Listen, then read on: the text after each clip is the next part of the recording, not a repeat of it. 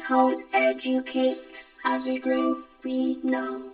I home educate. As we grow, we know. And today we have Paint Your Squishy And Creepy Town. and it has some food coloring. No, it has some paints. So we can just paint this. And it has some food paint. Okay. And also, as you can see right There's there, grape, pineapple, strawberry, and dark chocolate.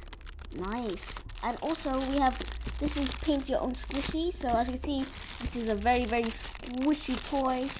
And we're going to be painting this. They stretch So it. this is very, very good for hand skills if you really want your child to be having some hand squishy toys to hold on to. And it's very creativity if you want to be painting your favorite toy. Oh, it's right there. Okay, as you can see, this is So we got a chicken on Instagram now. what? Okay. Okay, and as you can see, this is the squishy toy. This is only cost like £3 or £1. And it's really Boy good. Boys. Comes with these colors and a paintbrush. And this is going to be really fun. And I'm going to be showing you the painting process.